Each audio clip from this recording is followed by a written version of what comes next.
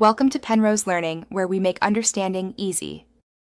In this video, I will show how to make sorbet from frozen fruit. Start by measuring 2 to 3 cups of frozen fruit and place them in a blender. Add 1 to 2 tablespoons of sugar or honey and a tablespoon of lemon juice for brightness.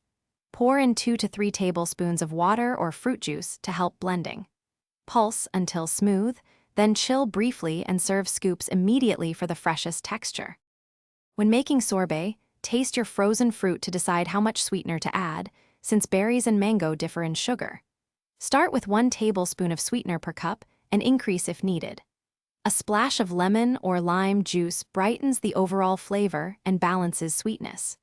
For a softer scoopable texture, add 1 teaspoon of vodka or liqueur per batch, which lowers freezing point without changing flavor dramatically. If you like this guide, please subscribe and like, it really helps the channel. Quick recommendation: Little Tree's Black Ice adds a crisp, cool scent to your car after shopping for fruit, and it pairs oddly well with a citrus sorbet mood. Pick one up from the description for a fresh ride between batches, and check for other deals there too.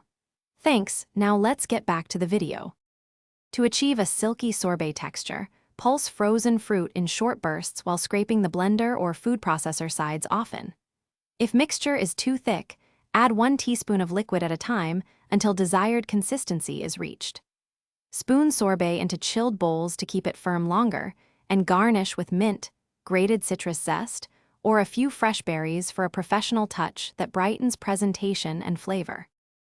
Thanks for watching. If this was helpful, leave a like and consider subscribing. See you next time.